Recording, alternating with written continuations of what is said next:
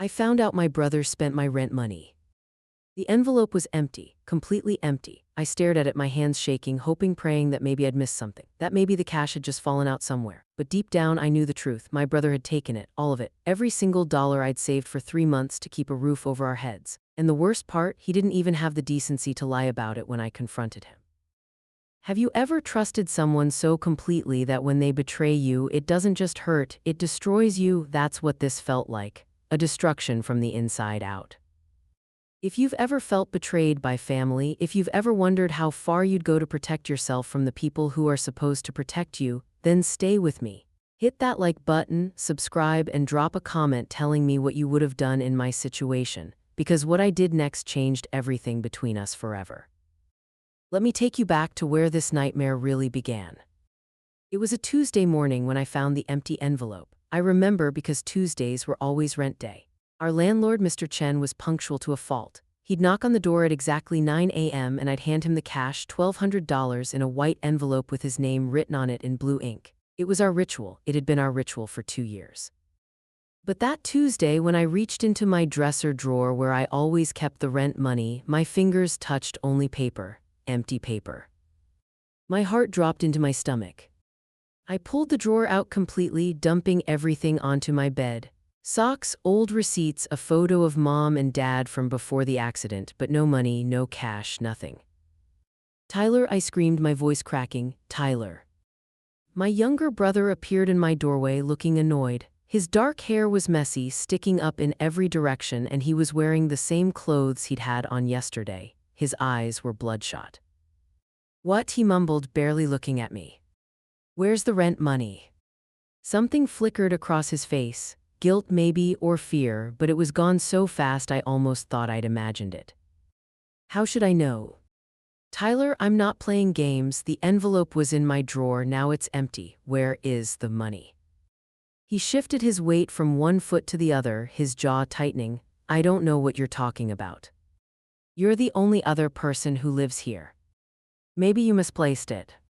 "Misplaced $1,200? My voice was getting louder, more hysterical. "Misplaced it where, Tyler? Where would I have put it?" He shrugged, actually shrugged, like this was nothing, like our entire living situation wasn't about to implode. "Check your purse, check your car. I don't know, Amber, not my problem." Not his problem. Those 3 words made something inside me snap. "Get out," I whispered. "What?" "Get out." I grabbed the nearest thing, a book from my nightstand, and hurled it at him. It missed, hitting the doorframe beside his head. "Get out of my room right now before I do something we'll both regret." He left, slamming the door so hard the walls shook. I sank onto my bed, staring at the empty envelope in my hands, my vision blurred with tears. This couldn't be happening. This couldn't be real. But it was. And I had exactly 45 minutes before Mr. Chen showed up expecting his money. I need to back up. I need to explain how Tyler and I ended up here in this situation, in this house, because none of this makes sense without context. Our parents died 3 years ago, car accident on Highway 95. Some drunk driver crossed the median going 70 miles an hour. Dad died on impact. Mom held on for 2 days in the hospital before her organs failed. I was 24, Tyler was 19. They left us the house. The same house we'd grown up in, with the tire swing in the backyard and the kitchen where Mom used to make pancakes every Sunday morning. It was paid off, thank God, but there were still property taxes, utilities, maintenance, all the things that come with owning a home. I had just finished college and landed a job as a graphic designer at a small marketing firm. It didn't pay much, but it was steady, reliable. Tyler was supposed to start community college that fall. He never did. Instead, he spiraled. Grief hit him differently than it hit me. I threw myself into work, into keeping the house running, into being responsible. Tyler threw himself into anything that would help him forget. Parties, friends I didn't recognize, late nights that turned into early mornings. At first, I tried to be understanding. We'd both lost our parents. We were both hurting. But understanding turned into enabling, and enabling turned into this, me working 50-hour weeks while Tyler did nothing but drain our resources and break my trust. The house became a burden I carried alone. But it was still our house, our childhood home, the last piece of mom and dad we had left. And I didn't bear to sell it. So I made it work. I budgeted every dollar. I took on freelance projects on weekends. I skipped meals sometimes to make sure the bills got paid. And I kept Tyler's name on everything because he was my brother and somewhere deep down I believed he'd eventually step up. I was wrong. When Mr. Chen knocked on the door at 9 a.m., I was a wreck. I'd spent the last 45 minutes tearing apart the house looking for the money I knew wasn't there. I'd checked the car, my purse, the kitchen jars where Mom used to hide emergency cash. Nothing, absolutely nothing. I opened the door with swollen eyes and a forced smile. "Good morning, Amber," Mr. Chen said pleasantly. He was a small man in his 60s, always wearing pressed slacks and a cardigan. Rent day. "Mr. Chen, I need to talk to you about that." His smile faded slightly. "Is there a problem?" "I don't have it, not today. I can get it to you by Friday, I promise. Amber," his voice was gentle but firm, "we've had this arrangement for 2 years. You've never been late before. What happened?" The truth stuck in my throat. How could I explain that my own brother had stolen from me, that the person I'd sacrificed everything for had just destroyed us both? "Family emergency," I finally said. "I had to use the rent money for a family emergency, but I get paid on Thursday and I can have everything to you by Friday morning, I swear." Mr. Chen studied my face for a long moment. I could see him weighing his options, calculating risk. "Friday morning," he finally said. 9 a.m., not a minute later. "Amber, I like you, but business is business." Thank you so much." He nodded and turned to leave, then paused. "Is everything okay? You look upset." "I'm fine," I lied. "Everything's fine." It wasn't fine, nothing was fine. As soon as he left, I marched to Tyler's room and threw open the door without knocking. He was on his bed scrolling through his phone. "You have until Friday to replace that money," I said coldly. He didn't even look up. "I told you I don't have your money." "Then you better find it, because if Mr. Chen doesn't get paid, we both end up on the street. Do you understand that? We'll lose this house, Mom and Dad's house." "Chill out, Amber, it's not that serious." "Not that serious." I wanted to scream. I wanted to shake him until he understood the gravity of what he'd done. But instead, I just stood there, trembling with rage and helplessness. "Where did it go?" I asked quietly. "Just tell me where it went." Finally, he looked at me, and I saw it, the guilt, the shame, the knowledge that he'd crossed a line he couldn't uncross. "I had some debts to pay off," he mumbled. "Debts? What kind of debts?" "Just debts, it doesn't matter." "It absolutely matters. You stole $1,200 from us, and you won't even tell me why." "I didn't steal it, I borrowed it." "You didn't ask permission." "Because you would have said no." Of course I would have said no. That money was for rent, for keeping a roof over our heads. He sat up, his face flushing with anger. "You know what? I'm sick of this. I'm sick of you acting like you're my mom. You're not, you're my sister, and this is my house too. Then act like it, pay some bills, contribute something other than headaches and stolen money." "I contribute plenty." "Like what, Tyler? What exactly do you contribute?" He opened his mouth, then closed it, because he had no answer. We both knew he had no answer. "Get the money back," I said, my voice shaking. "I don't care how, sell something, ask whoever you gave it to for it back, but get it back by Friday or I swear to God." "You'll what?" he challenged. "Kick me out? This is my house, Amber. You can't kick me out of my own house." And there it was, the ugly truth that had been festering between us for 3 years.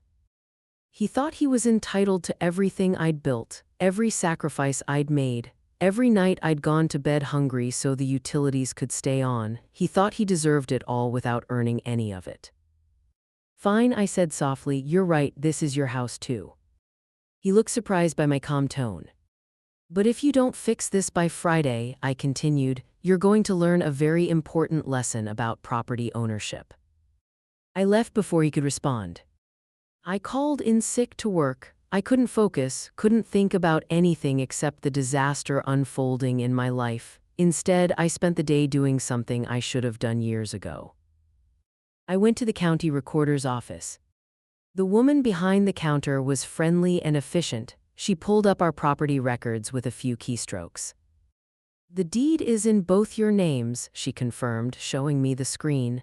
Joint tenancy with right of survivorship. That means you both have equal ownership, and if one of you passes away, the other automatically inherits the whole property. And if I wanted to change that? She tilted her head. Change it how? Remove someone from the deed. That would require a quitclaim deed signed by both parties. You can't unilaterally remove a co-owner. My heart sank. Of course it wasn't that easy. However, she continued, there are other options depending on your situation. If there's a dispute about the property, you could file a partition action. That's where you ask the court to either physically divide the property or force a sale and split the proceeds. Force a sale, sell mom and dad's house. How long does that take? Depends on the court's schedule and how contested it is. Could be months, could be over a year. I thanked her and left, feeling even more trapped than before.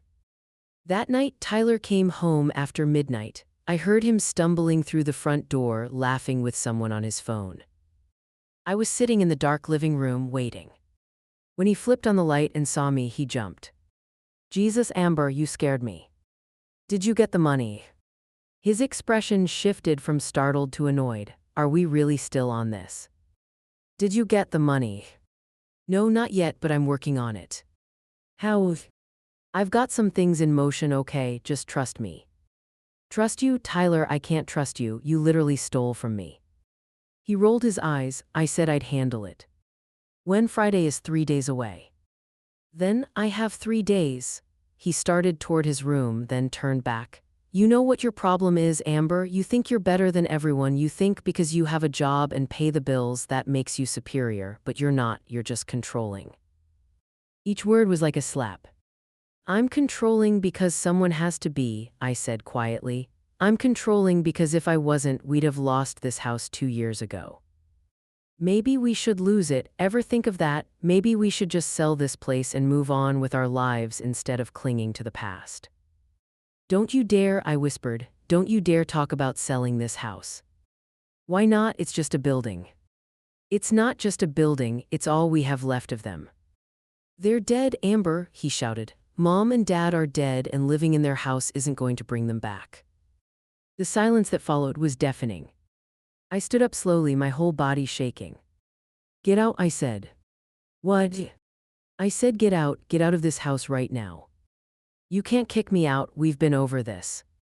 Then I'll leave, I'll go stay somewhere else, but I can't look at you right now. I can't be in the same space as someone who would say that to me.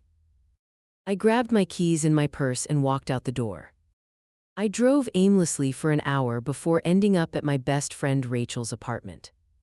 She took one look at my face and pulled me inside. He stole your rent money, Rachel repeated, her eyes wide. Amber, that's beyond messed up. We were sitting on her couch, mugs of tea cooling on the coffee table between us. I told her everything, the missing money, Tyler's refusal to explain, his cruel words about the house. What am I supposed to do? I asked, wiping my eyes. I can't force him to pay it back, I can't kick him out, I can't even sell the house without his permission. You could sue him. Sue my own brother. He stole $1,200 from you, that's theft, Amber, actual theft. But it's family, I can't. Family doesn't mean he gets to destroy your life. Rachel set down her mug and turned to face me fully. Listen to me, you have been carrying Tyler for 3 years, you've paid all the bills, maintained the house, sacrificed your own happiness to keep him afloat. And how does he repay you? By stealing from you and then insulting you when you call him out. He's grieving. So are you, but you're not using that as an excuse to hurt people. I knew she was right, deep down I knew, but letting go of Tyler felt like letting go of the last piece of our family. If I cut him off, what did that make me? What would Mom and Dad think? He said we should sell the house, I whispered. He called it just a building. Rachel's expression softened. Oh, honey. I can't sell it, Rach, I can't. It's all I have left of them. When I'm in that kitchen, I can still hear Mom singing while she cooked. When I look at the backyard, I can still see Dad pushing us on the tire swing. If I lose that house, I lose them all over again. Then don't lose it, fight for it. How? She was quiet for a moment thinking, what if you change the locks? What? What if you change the locks on the house? He owns it too, technically, but if he's not contributing financially, if he's actively sabotaging your ability to pay the bills, maybe that gives you some leverage. I can't do that, can I?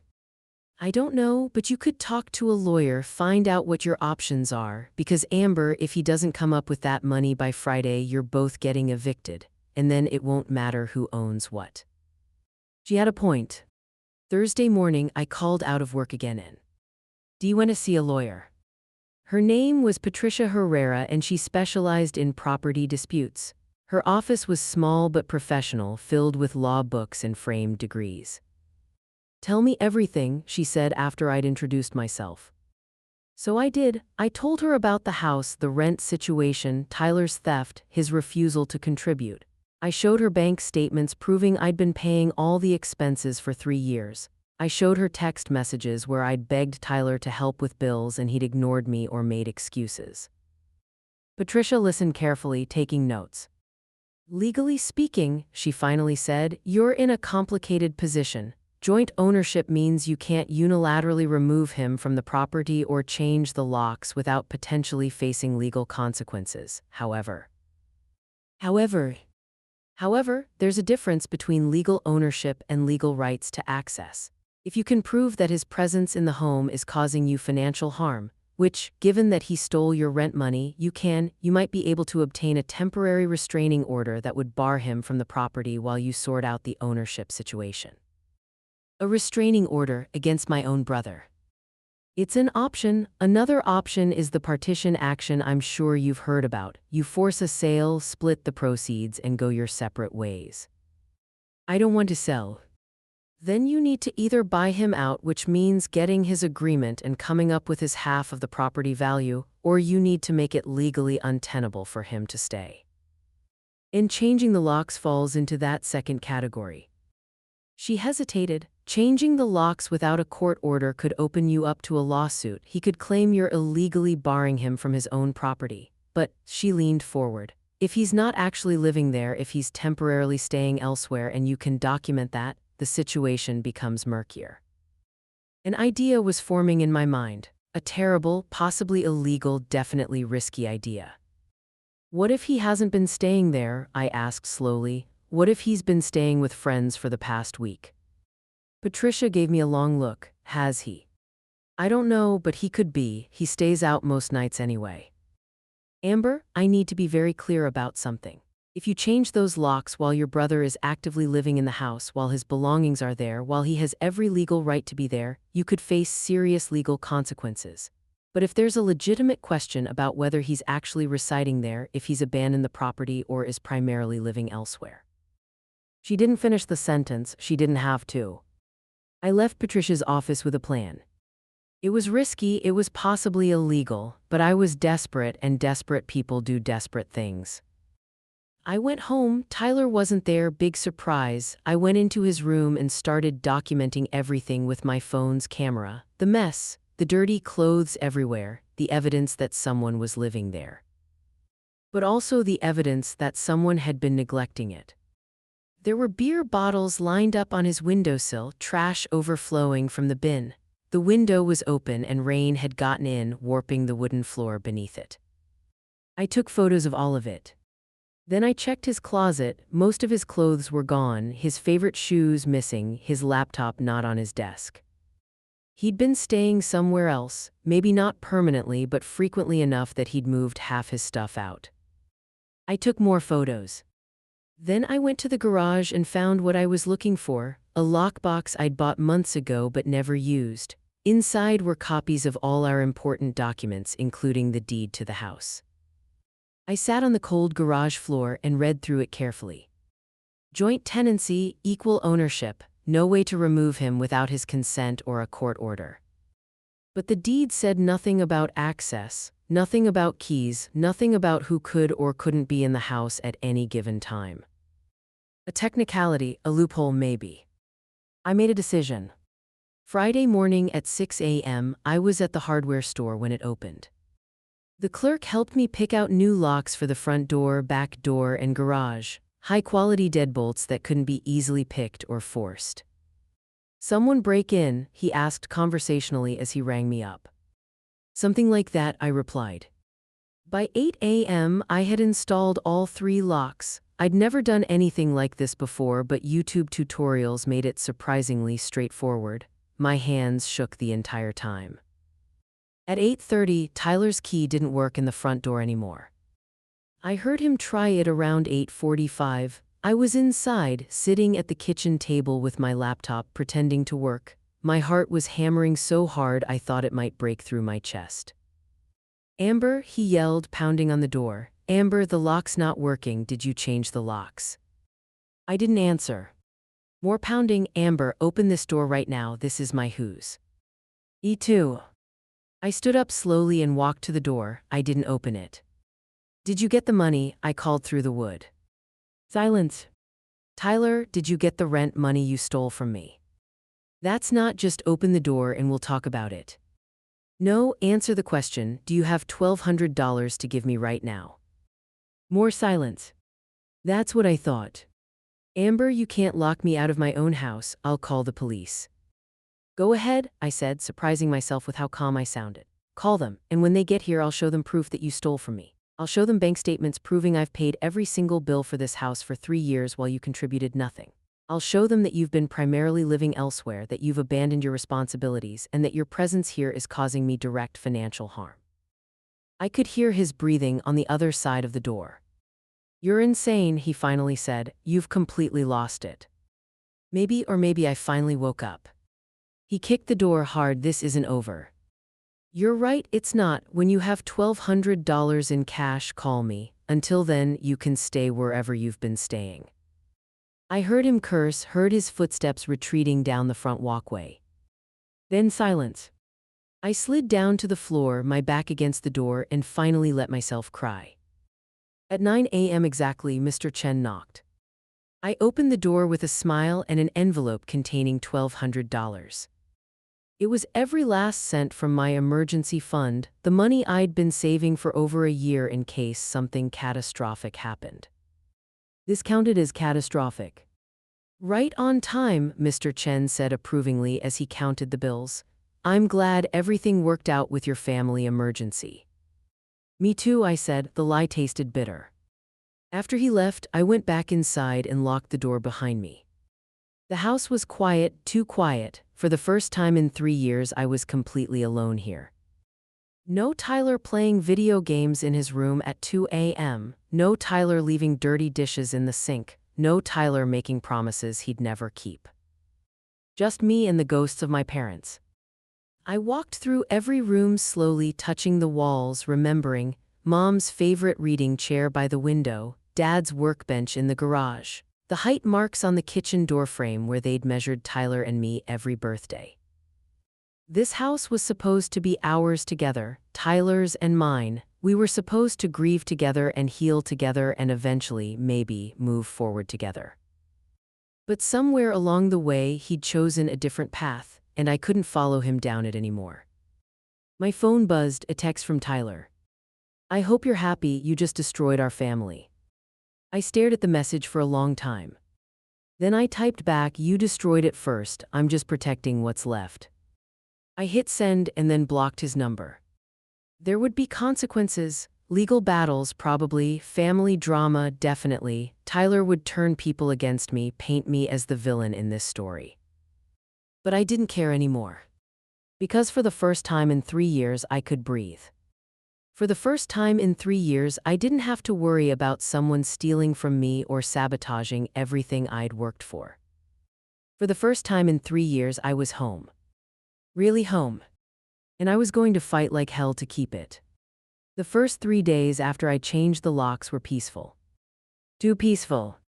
Tyler didn't call, didn't text, didn't show up pounding on the door. It was like he'd simply vanished, and part of me wondered if maybe, just maybe, he'd finally understood. Maybe he was ashamed. Maybe he was staying with a friend and thinking about what he'd done. I should have known better. On day 4, I came home from work to find my neighbors, the Hendersons, standing in their driveway staring at my house with concerned expressions. Amber, Mrs. Henderson called out as I pulled into the garage. "Is everything all right over there?" My stomach dropped. "What do you mean?" "Well, there was a young man here earlier. He was trying to get into your house through the windows. We almost called the police, but then we realized it was your brother." Ice flooded my veins. Tyler was trying to break in. "He said he'd lost his keys," Mr. Henderson added, "but it looked pretty aggressive. He was really yanking on those windows. Eventually, he gave up and left." I thanked them and went inside, immediately checking every window, every door. Everything was still locked. Nothing appeared damaged, but knowing Tyler had been here trying to force his way in made my skin crawl. I took photos of everything just in case. Patricia had told me to document every single thing.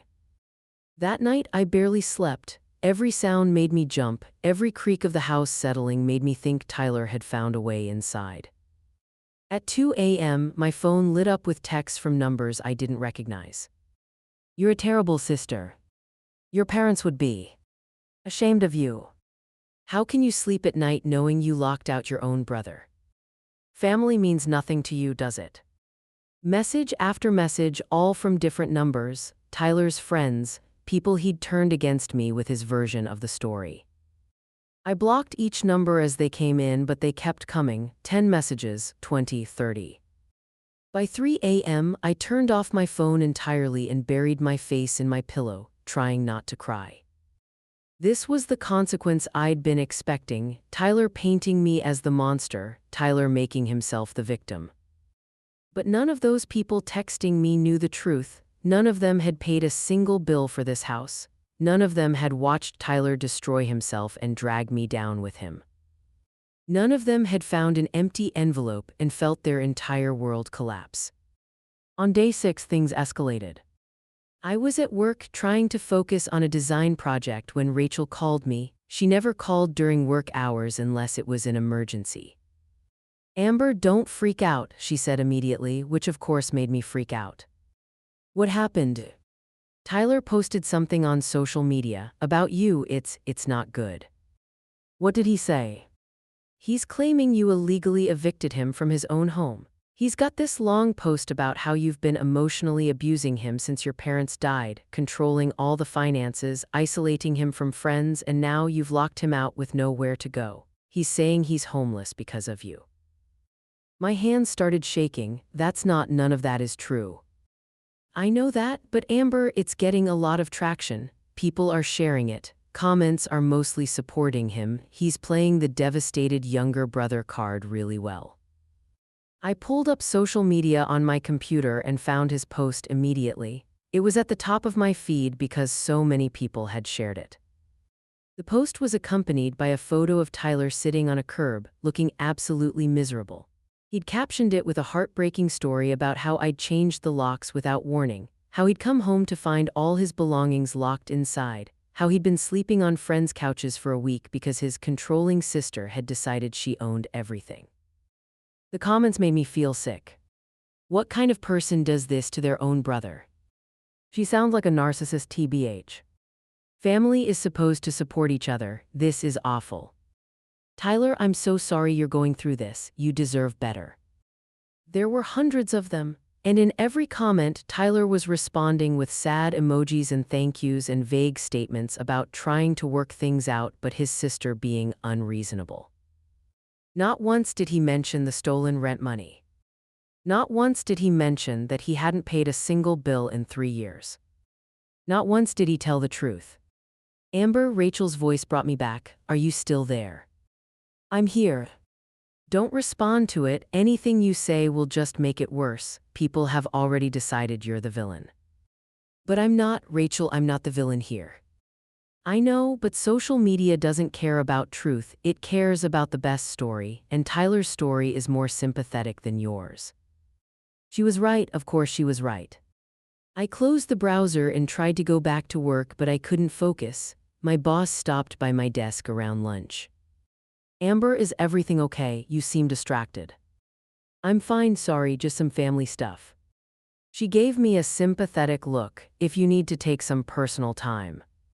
No, I'm good, really. But I wasn't good, I was the opposite of good. That evening, my aunt, my mother's sister, called me for the first time in months. Amber Rose, what is going on? She demanded before I could even say hello. Aunt Linda. I just got off the phone with Tyler. He's telling me you locked him out of the house, your parents' house, the house they left to both of you. It's not that simple.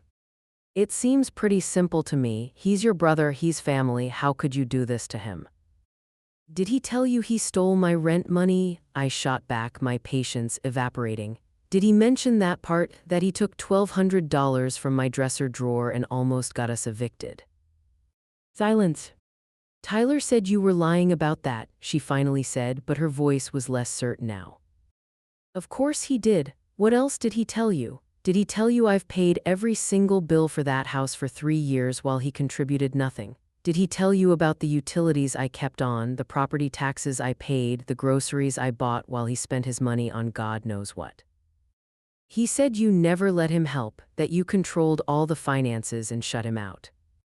I laughed bitterly. He's welcome to help anytime he wants. I've been begging him to help for 3 years, but helping requires actually showing up and taking responsibility. Amber, he's grieving, you both are, but he's younger, he needs more support.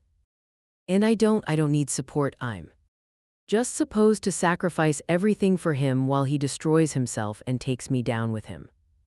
That's not what I'm saying. Then what are you saying, Aunt Linda? Because from where I'm standing, it sounds like you're telling me to light myself on fire to keep Tyler warm. Another long silence. I think you both need some space, she finally said. This whole situation it's a mess. Your parents wouldn't have wanted this. My parents wouldn't have wanted a lot of things, but they're not here, are they? So I have to deal with reality, not what they would have wanted. I hung up before she could respond. My hands were shaking again. I seemed to shake a lot lately. The house felt suffocating. Every room reminded me of family, the family I'd lost when my parents died and the family I was losing now with Tyler. I grabbed my keys and left, driving aimlessly until I found myself at the cemetery. I hadn't visited Mom and Dad's graves in 6 months. I know that makes me sound terrible. What kind of daughter doesn't visit her parents' graves? But every time I thought about going, about standing over those 2 headstones and acknowledging that they were really gone, my chest got tight and my vision blurred and I just couldn't. But now I was here, standing in front of 2 granite markers with fresh flowers that someone else had left. Tyler, probably, he'd always been better about visiting. I don't know what to do, I said out loud, feeling ridiculous but needing to say it anyway. Tyler's making me the bad guy, and maybe I am. Maybe I'm handling this all wrong. Maybe you'd be disappointed in me. The wind rustled through the trees, birds sang somewhere nearby. The cemetery was peaceful in a way that felt almost insulting given the chaos in my life. He stole from me, Dad. He stole the rent money and almost got us evicted, and he won't even admit it was wrong. And everyone's acting like I'm the monster for protecting myself. I sat down on the grass, not caring that it was damp. Mom, you always said family comes first, but what do you do when family is hurting you, when loving them means destroying yourself? No answer. Of course there was no answer. I locked him out, I whispered. I changed the locks on our house, your house, and I locked him out, and I'm not sorry because I can finally breathe. I can finally sleep without worrying about what he's going to take or break or ruin next. Tears were streaming down my face now. But everyone thinks I'm awful. Tyler's posted all over social media about how I'm abusing him. Aunt Linda called me screaming. His friends are texting me death threats. And I'm so tired. I'm so tired of fighting. I pulled my knees to my chest and let myself cry properly for the first time since this whole nightmare started. When I finally composed myself, I noticed someone had placed a small American flag next to Dad's headstone. He'd been a veteran, served in the Gulf War, and almost never talked about it. You'd probably tell me to tough it out, I said to his grave. You'd say that's what we do, we handle our business and we don't complain. But then I looked at Mom's headstone, decorated with carved roses. And you tell me to forgive him, I said. You'd say he's my brother and family is forever. But they were both wrong. Because sometimes toughing it out means breaking yourself, and sometimes forgiveness means enabling someone to keep hurting you. I stood up, brushed the grass off my jeans, and made a decision. I was done explaining myself, done defending myself, done caring what Tyler told people or what Aunt Linda thought or what strangers on social media believed. I knew the truth, that had to be enough. Day 8 brought the police to my door. I'd just gotten home from work when a patrol car pulled up, 2 officers got out, and my heart immediately started racing. Amber Rodriguez, the older officer, asked. Yes. We've received a report that you've illegally locked someone out of this property. Is that correct? Tyler, of course. It's complicated, I said carefully. Most things are. Can we come in and talk? I let them inside, my mind racing through everything Patricia had told me to say if this happened. We sat in the living room, Mom's favorite room, with the photos of our family vacations still on the mantel, and I explained the situation as calmly as I could. I showed them bank statements. I showed them the lease agreement with my name alone on it. Tyler had never signed anything with the landlord, a technicality I'd forgotten about until now. I showed them text messages where I'd asked Tyler to contribute to bills and he'd ignored me or made excuses. Your brother claims his belongings are locked inside, the younger officer said. They're not. When I changed the locks, Tyler hadn't been staying here consistently for weeks. Most of his stuff is wherever he's actually been living. So you admit you changed the locks? I admit I upgrade. The security on a house where I pay all the bills and my co-owner had stolen money from me. The officers exchanged glances. Ma'am, this is really a civil matter, the older officer finally said. Property disputes need to be settled in court. We can't force you to give him a key, but we also can't stop him from taking legal action against you. I understand. Has he threatened you? Do you feel unsafe? I thought about the texts, the social media post, the attempted break-in through the windows. I don't know, I admitted. He's angry, really angry, but I don't think he'd physically hurt me. If that changes, call us immediately and get a restraining order if necessary. They left and I immediately called Patricia. The police just came by, I told her. Tyler reported me. What did you tell them? I recounted the conversation. Good, you did good. The fact that they said it's a civil matter works in your favor. It means they're not viewing this as a criminal eviction. But Amber, you need to be prepared. Tyler's going to file something. A partition action maybe, or he'll try to get a court order forcing you to give him access. How long do I have? Hard to say, could be weeks, could be months, courts are backed up. And in the meantime?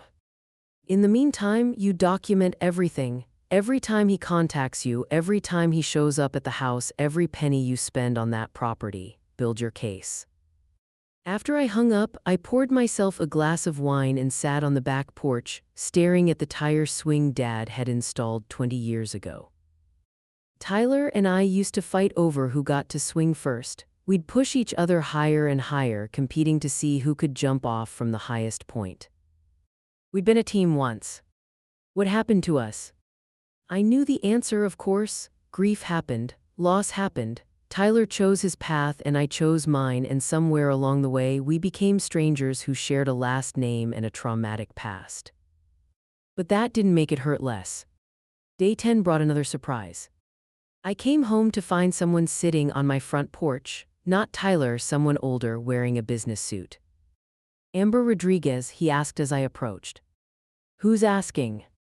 He held out an envelope. You've been served. My stomach dropped. Served with what? Partition action. Your brother is suing to force the sale of this property. He handed me the envelope and left before I could respond. I stood there in my driveway, holding the envelope, feeling like the ground had disappeared beneath my feet. Tyler was really doing this. He was going to force me to sell Mom and Dad's house. Inside, I ripped open the envelope with shaking hands and read through the legal documents. Words jumped out at me: irreconcilable differences, equitable division, court-ordered sale. At the bottom was Tyler's signature, right above his lawyer's name. He'd hired a lawyer. With what money, he couldn't pay rent, couldn't contribute to bills, but he could afford a lawyer. I called Patricia immediately. "He's forcing a partition," I said, my voice breaking. "He's going to make me sell the house." Amber, breathe, this is not unexpected. Not unexpected, he's taking our parents' house, the house I've paid for, the house I've maintained, the house I've sacrificed everything to keep. I know, and we're going to fight this. We're going to show the court every receipt, every bank statement, every text message. We're going to prove that you've been the sole financial provider and that Tyler has contributed nothing. But will it matter? He owns half legally. Patricia was quiet for a moment. Legally, yes, he owns half. And in a partition action, unless you can buy him out or prove he's forfeited his ownership rights through abandonment or some other legal mechanism, the court will likely order a sale. How do I buy him out? The house is worth $400,000. His half would be $200,000. I don't have that kind of money. Then we fight. We argue for you to receive a larger share based on your financial contributions. Maybe instead of 50-50, we push for 70-30 or 80-20. It won't stop the sale, but it'll give you more money to potentially buy a new place. A new place. Not this place, not the kitchen where Mom taught me to make her famous lasagna, not the backyard where Dad taught us to ride bikes, not the home where I'd spent every Christmas and birthday and ordinary Tuesday night of my childhood. How long do I have? I whispered. Before the court hearing, probably a few months. These things move slowly. And until then? Until then, you keep doing what you're doing. Keep paying the bills, keep documenting everything, and keep living your life. Don't let Tyler see you break. But I was already broken. That night, I got drunk for the first time in years. I sat in the dark living room with a bottle of wine and Mom's old photo albums looking at pictures of us as a family. Tyler and me as kids, covered in mud from playing in the backyard. Tyler and me as teenagers rolling our eyes at Dad's jokes. Tyler and me at Mom's surprise 50th birthday party, her face bright with joy as she blew out the candles. We'd been happy once, we'd been a real family. Somewhere around midnight and 3/4 through the wine bottle, I heard a car pull up outside, footsteps on the walkway, a key trying the lock, Tyler's old key, the one that didn't work anymore. Then pounding. Amber, I know you're in there. I didn't move. Amber, we need to talk about this. You got the papers right, you can't ignore this forever. He was right, I couldn't ignore it forever. But I could ignore it tonight. I didn't want to do this, he shouted through the door. You forced my hand. If you'd just been reasonable, if you just let me back in, we could have worked this out. Worked it out like I hadn't tried, like I hadn't spent 3 years trying to work things out while he spiraled and stole and blamed everyone but himself. I'm sorry, okay, his voice cracked. I'm sorry I took the money, I'm sorry I haven't been helping, but you can't just lock me out, you can't just decide you own everything. I wanted to open the door. Part of me, the part that remembered us as kids, as a team, as family, wanted to open the door and hug him and find a way to fix this. But I couldn't. Because the moment I opened that door, the moment I let him back in, it would all start again. The excuses, the promises, the disappointments, the pattern that had defined our relationship for 3 years. I was done with that pattern. Fine, he finally yelled, don't answer, but you're going to lose this house, Amber. The judge is going to order a sale and we're both going to have to leave, and it'll be your fault, you did this. His footsteps retreated, the car door slammed, the engine started and faded into the distance. I sat in the dark, surrounded by photos of a family that didn't exist anymore, and finished the wine. The next morning, I woke up on the couch with a pounding headache and a resolve I hadn't felt before. Tyler wanted to force a sale, fine. But I wasn't going down without a fight.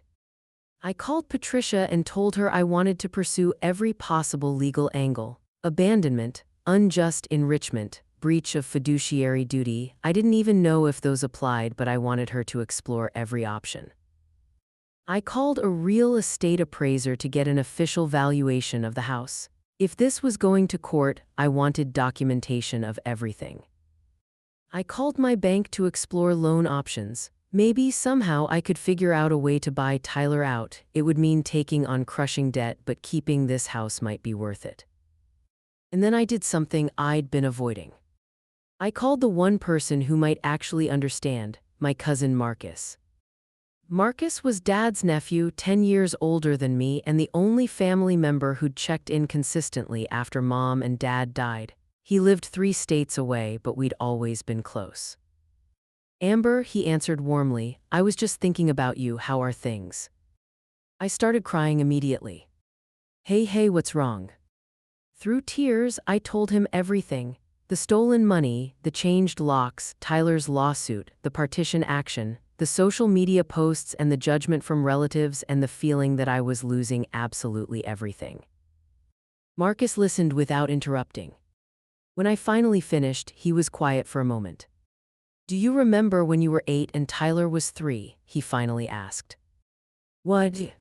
You were at a family barbecue at my parents' house. Tyler fell into the pool, he couldn't swim yet and he went under. Do you remember what happened? I did remember, vaguely. You jumped in after him, Marcus continued. Fully clothed without hesitation, you pulled him out, you saved his life. Marcus, I don't see what. My point is, you've been saving Tyler your whole life. You've been the one jumping in, pulling him out, sacrificing yourself to keep him afloat. But Amber, at some point you have to stop. Not because you don't love him, but because you can't save someone who doesn't want to be saved. I was crying harder now. Tyler's drowning, Marcus said gently. He's been drowning for 3 years and you keep jumping in and he keeps pulling you under with him. The changed locks, that wasn't you being cruel, that was you finally choosing not to drown. But the house is just a building. I know it doesn't feel that way. I know it holds every memory of Uncle David and Aunt Maria, but Amber, they're not in that house. They're in you, in the way you love fiercely and protect the people you care about and keep fighting even when everything feels impossible. That's their legacy, not the building. I don't want to lose it, I whispered. I know, but maybe losing it isn't the worst thing that could happen. Maybe the worst thing would be sacrificing yourself to keep something that's slowly destroying you. We talked for another hour. He told me stories about Dad, his uncle that I'd never heard. He made me laugh for the first time in days, and when we hung up, I felt lighter somehow. Still scared, still heartbroken, but lighter. 2 weeks later, I got a call from an unknown number. I almost didn't answer, assuming it was another one of Tyler's friends calling to yell at me. But something made me pick up. Is this Amber Rodriguez? A woman's voice asked. Yes. My name is Jennifer Santos. I'm a social worker with the County Addiction Services Program. I'm calling about your brother, Tyler. My blood ran cold. Is he okay? He's currently in our emergency detox program. He was brought in last night. Detox for what? I can't share specific details without his permission, but he listed you as his emergency contact. He's asking to see you. I sat down heavily. I don't understand. Tyler has a drug problem. Ms. Rodriguez, I think it would be best if you came down here and we discussed this in person. Tyler has some things he needs to tell you. She gave me the address. I wrote it down with shaking hands. After I hung up, I just sat there staring at the wall. Addiction, Tyler was in detox for addiction. The stolen rent money, the constant late nights, the friends I didn't recognize, the empty bottles in his room, the debts he'd mentioned. It all clicked into place. And suddenly I understood. I also understood that everything, absolutely everything, was about to change. The County Addiction Services building was a squat, gray structure that looked more like a DMV than a place where people fought for their lives. I sat in my car in the parking lot for 15 minutes before I could make myself go inside. Tyler was a drug addict. My little brother, the kid who used to be terrified of taking aspirin, who cried when he had to get shots at the doctor, was a drug addict. How had I missed it? How had I been living in the same house with him for 3 years and not seen it? But I knew the answer. I'd been so focused on keeping us afloat financially, so consumed with maintaining the house and paying the bills and holding everything together that I'd stopped actually seeing him. Or maybe I'd seen it and chosen not to acknowledge it, because acknowledging it would mean dealing with it, and I was already dealing with so much. Either way, I'd failed him. Jennifer Santos met me in the lobby. She was younger than I'd expected, maybe early 30s, with kind eyes and a no-nonsense demeanor. "Thank you for coming," she said, shaking my hand. "Tyler's been asking for you since he arrived." "What happened? How did he end up here?" She led me down a hallway lined with motivational posters. "He was found unresponsive at a friend's house last night. Overdose. The paramedics administered Narcan and brought him here. He's stable now, but Ms. Rodriguez, Amber, this isn't his first overdose. According to his medical records, he's been treated twice before in the past 18 months. The hallway seemed to tilt. I didn't know, he never told me. Addiction comes with a lot of shame and a lot of secrecy. Family members are often the last to know, especially when the addict is trying to hide it. We stopped outside a door marked Family Meeting Room B. "He wants to talk to you," Jennifer said, "and I'm going to be here to facilitate that conversation. But Amber, I need you to understand something before we go in. Your brother is sick. What he did, stealing from you, lying to you, pushing you away, those are symptoms of his disease, not reflections of how he feels about you. That doesn't make it hurt less." "No, it doesn't, but understanding the why might help you both move forward, whatever that looks like."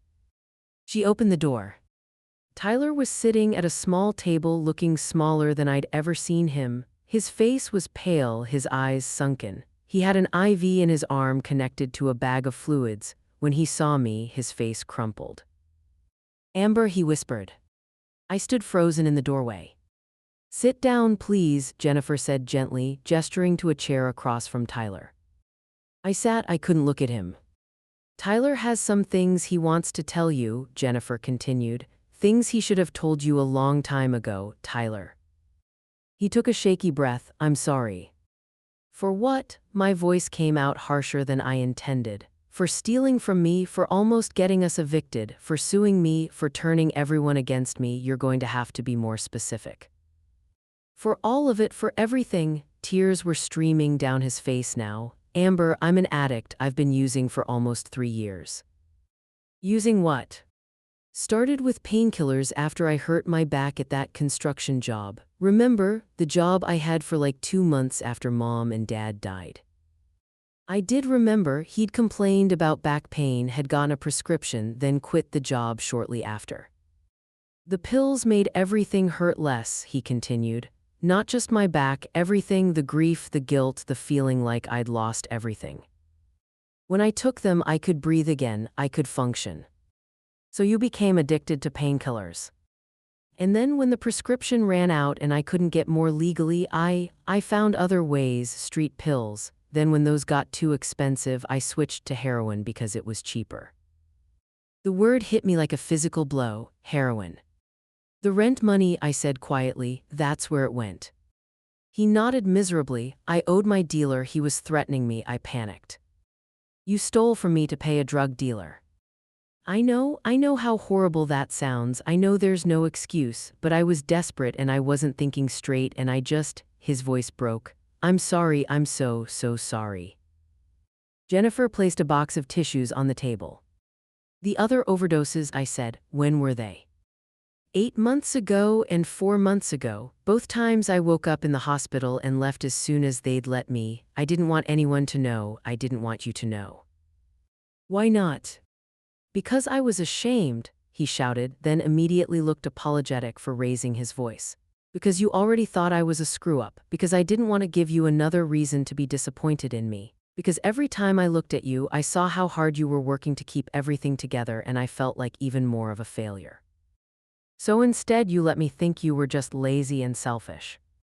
"I am lazy and selfish. The addiction didn't make me those things, it just made them worse." We sat in silence for a moment. "The lawsuit," I finally said, "the partition action, why would you do that if you were struggling this badly?"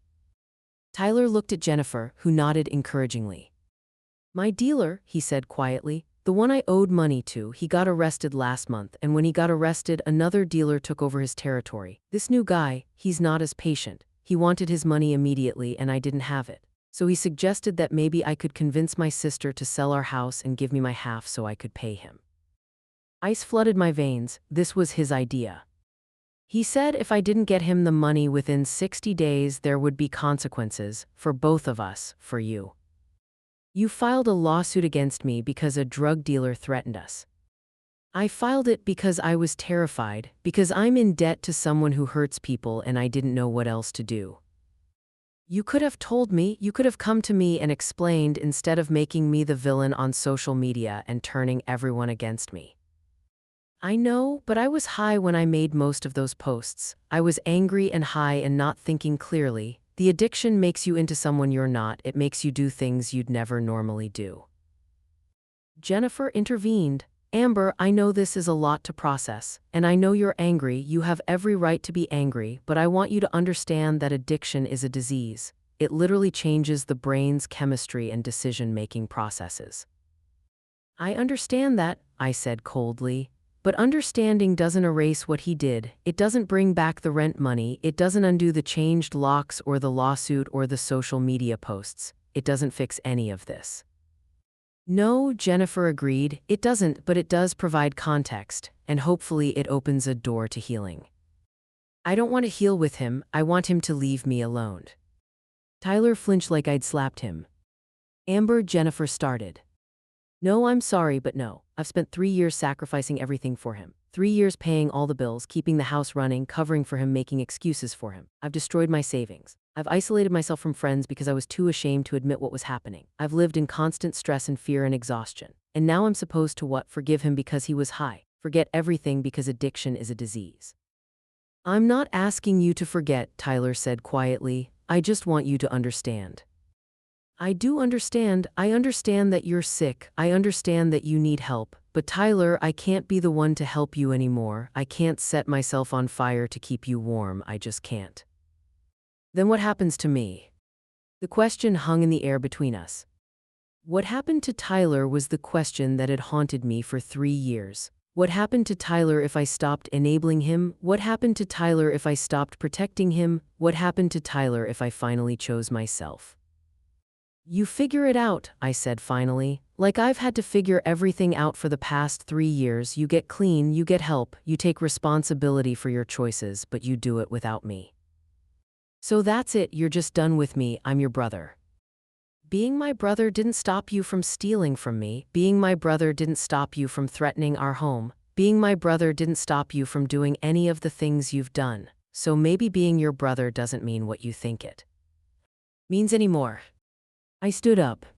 Wait, Jennifer said, before you go, there's something else you need to know. Tyler's current debt to his dealer is approximately $15,000. I stared at her. $15,000. If it's not paid within the next month, this person has made it clear there will be violent consequences. Tyler believes you're both in danger. Then Tyler needs to go to the police. I can't, Tyler said desperately. If I snitch, he'll kill me. He told me that, and he meant it. So what do you want me to do? Give you $15,000 I don't have? Sell the house to pay off your drug dealer?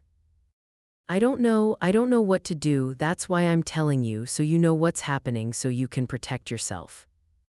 Protect myself from what? From your choices, from your consequences. My phone buzzed, a text from an unknown number. Your brother owes me money. You seem like a smart girl. I'm sure we can work something out. My blood turned to ice. Another text, nice house you have. It would be a shame if something happened to it. I showed the screen to Jennifer and Tyler. Tyler went even paler. That's him, that's Marcus. Marcus, your dealer's name is Marcus. It's not his real name, it's just what he goes by. Jennifer was already pulling out her phone. This is a direct threat. We need to call the police. No, Tyler grabbed her arm. No police, you don't understand what this guy is capable of. Tyler, he just threatened your sister's home. This is beyond what we can handle here. If you call the cops, he'll know. He has people everywhere. He'll know and he'll come after both of us. I felt like I was drowning. This couldn't be real. This couldn't be my life. How much money do you actually have? Jennifer asked me directly. I don't know, maybe $2,000 in savings. Everything else went to bills and rent and keeping the house running. The house, Tyler said suddenly. The partition action, if we go through with it, if we force the sale, I could pay him with my half of the proceeds. That would take months, Jennifer pointed out, the court process alone. Then we don't wait for the court, we put it on the market now, we sell it ourselves, split it 50-50, and I pay Marcus what I owe him. I looked at my brother, really looked at him for the first time since entering the room. He was desperate, terrified, sick, and he was asking me to give up the one thing I'd been fighting to keep, the one piece of our parents that still existed, our home. No, I said. Amber, please. I said no, I'm not selling Mom and Dad's house to pay off your drug dealer. Then we're both dead, don't you get that? He'll kill us both. Then you go to the police, you deal with the consequences of your choices, but I'm not sacrificing anything else for you. I walked out of the room, down the hallway, past the motivational posters, through the lobby, and out to my car. I sat in the driver's seat, hands shaking so badly I couldn't get the key in the ignition. My phone kept buzzing, more texts from Marcus. I'm a patient man, but my patience has limits. 48 hours, Amber, then I start making decisions for you. You care about that house, don't you? You should, it's a nice house. I called Patricia with trembling fingers. I need a restraining order, I said when she answered, and I need to know what happens if someone threatens to burn down my house. The next 48 hours were a blur of police stations, legal paperwork, and locksmith appointments. The police took my statement about the threatening texts. They said they'd investigate but warned me that dealers like Marcus were often hard to track down. They suggested I stay somewhere else for a few days. I refused, I wasn't leaving my house. Instead, I had a security system installed, cameras at every entrance, motion sensor lights, a direct line to the police station that would alert them if the alarm was triggered. It cost me the last of my savings, but I didn't care. Patricia filed for a restraining order against Tyler, not because I thought he'd hurt me, but because it created a legal barrier between us. If he came to the house, if he tried to contact me, there would be consequences. She also filed a response to his partition action, arguing that given his drug addiction, his debts to criminals, and his 3 years of financial abandonment, the court should consider giving me a larger share of the proceeds if the house was sold. But Amber, she warned, the odds of stopping the sale entirely are slim. Joint ownership is joint ownership, even when one party has been irresponsible. I know. So you need to start preparing yourself. This house is probably going to sell, and when it does, you'll need to figure out where you go next. That night, I sat in the dark living room one more time, surrounded by memories. I thought about Marcus's advice, they're not in that house, they're in you. I thought about Tyler in that treatment center, pale and sick and terrified. I thought about the choice I'd made 3 years ago to keep this house no matter what, and I wondered if it had been the right choice. Because maybe holding onto the house meant holding onto the past, holding onto the grief, holding onto a version of our family that didn't exist anymore. Maybe letting go was the only way forward. On hour 46 of Marcus's deadline, I got a call from Jennifer Santos. Tyler's asking for you again, she said. He's agreed to a 30-day inpatient treatment program, but he won't sign the paperwork unless he talks to you first.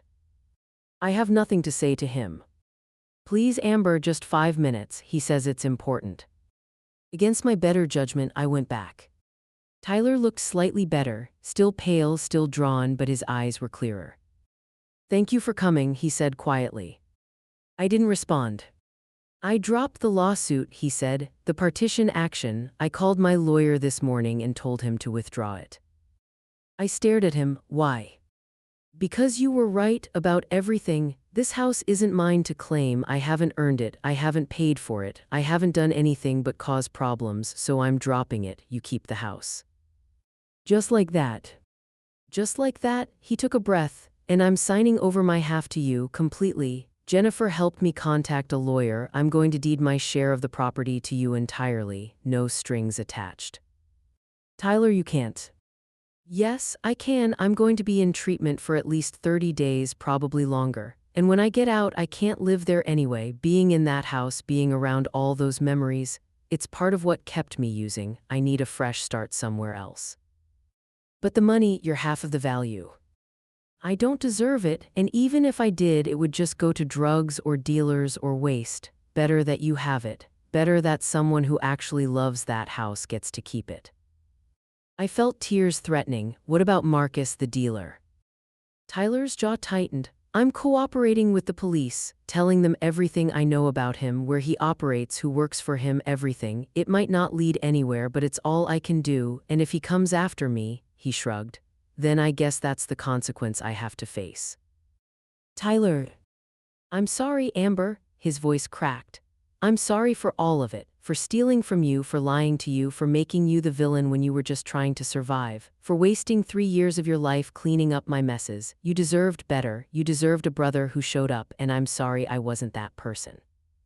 You could still be that person, I said softly, if you get clean, if you actually do the work. Maybe, but not right now. Right now, the best thing I can do for you is get out of your life and let you heal. We sat in silence for a moment. Do you remember when Dad taught us to ride bikes? I asked suddenly. Tyler smiled slightly. You learned in like 5 minutes, it took me weeks. You were so frustrated, you kept falling and scraping your knees, and Dad kept saying, one more time, buddy, get back on and try one more time. I remember. That's what this is, Tyler. You fell, you scraped your knees, hell, you broke your whole leg, but you can still get back on, you can still try one more time. You think so? I don't know, but I hope so. I stood to leave. Amber, he called out, when I get out of treatment, when I'm actually clean and stable, could we maybe try again as siblings, not living together, not sharing responsibilities, just brother and sister? I thought about it for a long moment. Ask me when you've been clean for a year, I finally said. If you make it a full year, we'll talk. A year is a long time. So is 3 years, and I spent 3 years waiting for you to show up. Now it's your turn to wait. I left him sitting there and didn't look back. 6 weeks later, the legal paperwork was finalized. Tyler signed over his half of the house. The deed was changed to my name only. The property that had been jointly owned by Amber Rodriguez and Tyler Rodriguez now belonged solely to me. I should have felt relieved, victorious, even I'd won, I'd kept the house. Instead, I felt empty. Because the house I'd fought so hard to keep suddenly felt like a museum, a shrine to a family that didn't exist anymore, memories that hurt more than they healed. I walked through every room, touching the walls, remembering. Mom's reading chair, Dad's workbench, the height marks on the kitchen doorframe, the tire swing in the backyard. All of it was mine now. All of it felt hollow. Rachel came over that evening with pizza and wine. So you did it, she said, raising her glass. You kept the house, you won. Yeah, I said without enthusiasm, I won. Why do you sound so sad? Because, I don't know, because keeping the house doesn't bring them back, it doesn't fix anything with Tyler, it doesn't. Undo the past 3 years, it's just a house. It's not just a house, it's your home. Is it though, or is it just the place where I've been stuck, trying to hold on to something that's already gone? Rachel was quiet for a moment. What are you saying? I'm saying, maybe Marcus was right, maybe they're not in this house. Maybe I've been so focused on keeping the building that I forgot to actually grieve them, to move on, to live my life instead of just preserving theirs.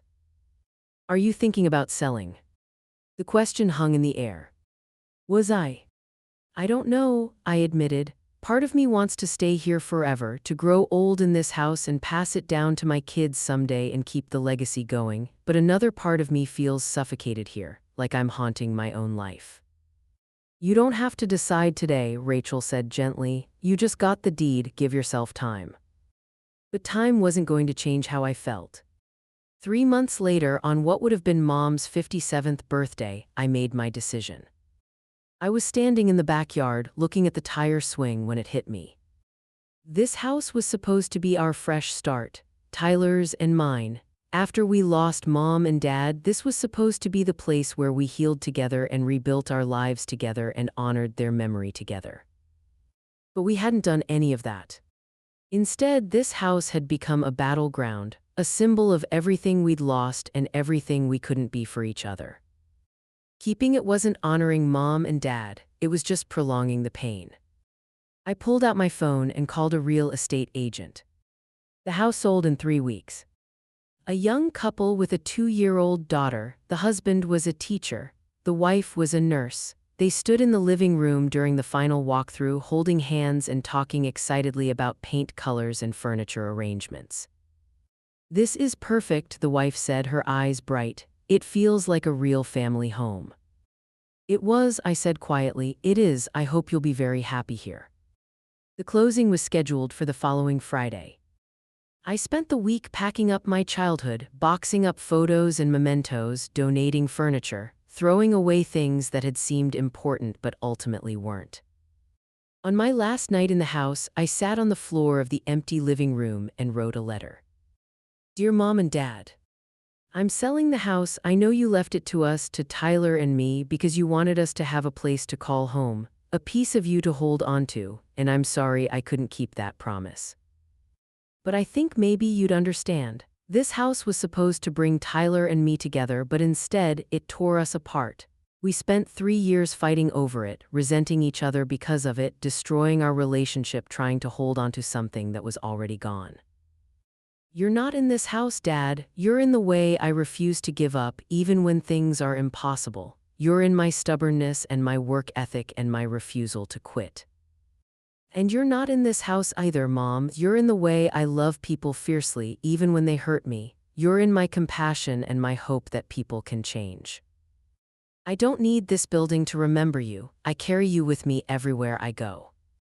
Tyler's in treatment. He's been clean for 3 months now. I don't know if he'll make it to a year. I don't know if we'll ever be brother and sister again in the way we used to be. But I'm learning that sometimes loving someone means letting them find their own way, even if it means walking away. The family I had with you is gone. The family I hoped to have with Tyler couldn't survive. But maybe that's okay. Maybe I get to build something new now, a life that's mine, not weighed down by the past or by other people's expectations. I'm scared. I don't know where I'm going or who I'll be without this house to define me, but I think that's the point. I think it's time I figured it out. I love you both. I miss you every day, but I'm ready to let go now. Your daughter, Amber." I folded the letter and left it on the kitchen counter for the new owners to find, or not. Then I locked the door behind me and drove away. 6 months after selling the house, I was standing in the doorway of my new apartment. It was smaller than the house, no backyard, no history, no ghosts. It was perfect. Rachel helped me move in the last box. "So, how does it feel?" "Light," I said honestly. "It feels light." My phone rang, an unknown number. I almost didn't answer, but something made me pick up. Amber, a familiar voice but steadier than I remembered. "Tyler." "Yeah, hi, sorry to call out of the blue. I got your number from Aunt Linda." "How are you?" I'm good, 9 months clean today." My breath caught. "Tyler, that's amazing." "Yeah, it's been hard, really hard, but I'm doing it." He paused. "I heard you sold the house." "I did." "Good, I'm glad. That place had too many ghosts. For both of us." Another pause. "Listen, I know you said to call you aft. Are a year, and I'm not asking for anything. I wanted you to know I'm still trying, still getting back on the bike like you said." Tears were streaming down my face. "I'm proud of you." "Don't be proud yet. I've still got 3 months to go before I hit your deadline." "Tyler, the deadline wasn't the point. The point was that you kept going, and you have. I want to meet up when I hit a year, if that's okay, just coffee or something, no pressure." "I'd like that." "Yeah. Yeah." After we hung up, Rachel handed me a tissue. "That sounded good," she said.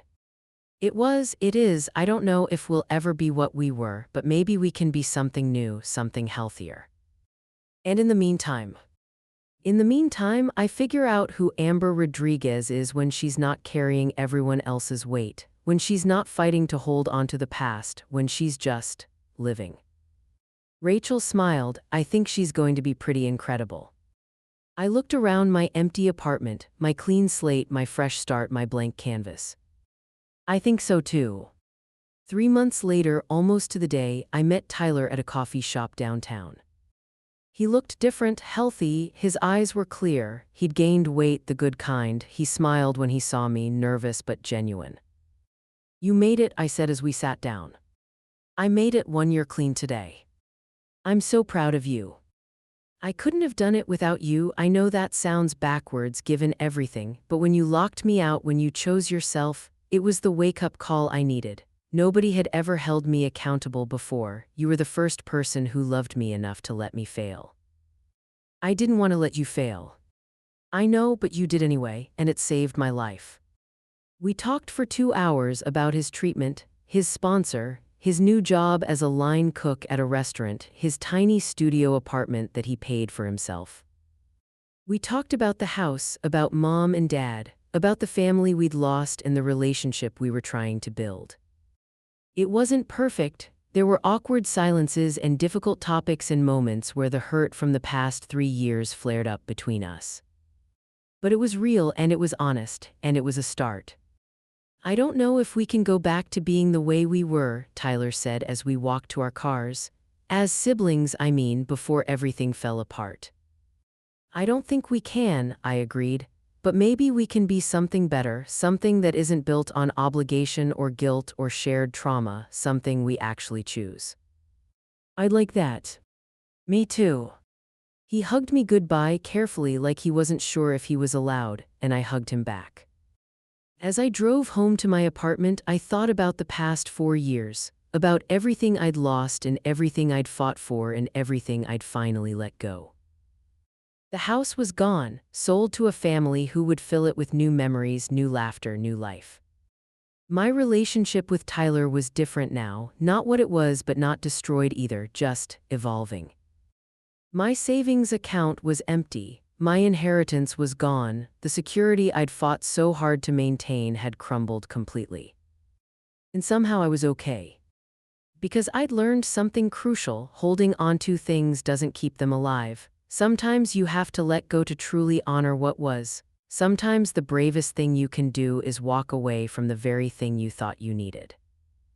My parents weren't in that house. They were in me, in my strength and my stubbornness and my refusal to give up, in my capacity to love and forgive and keep fighting even when everything felt impossible. Tyler wasn't defined by his mistakes. He was defined by his choice to keep trying, to get back up, to fight for something better. And I wasn't defined by what I'd lost. I was defined by what I'd survived. The past 4 years had broken me down and built me back up. They'd taught me that family isn't about blood or obligation or shared property. It's about choice, about showing up, about loving someone enough to let them face their own consequences while still believing they can change. I parked in front of my apartment building and sat in the car for a moment, looking up at my lit window on the 3rd floor.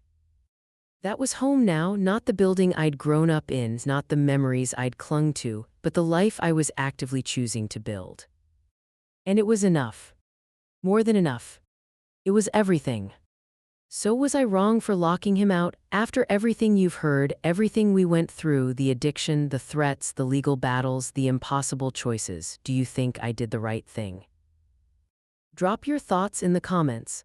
And if this story resonated with you, if you've ever had to make an impossible choice between protecting yourself and protecting family, hit that like button and subscribe. Your story matters too, and maybe sharing mine will help you find the courage to face yours.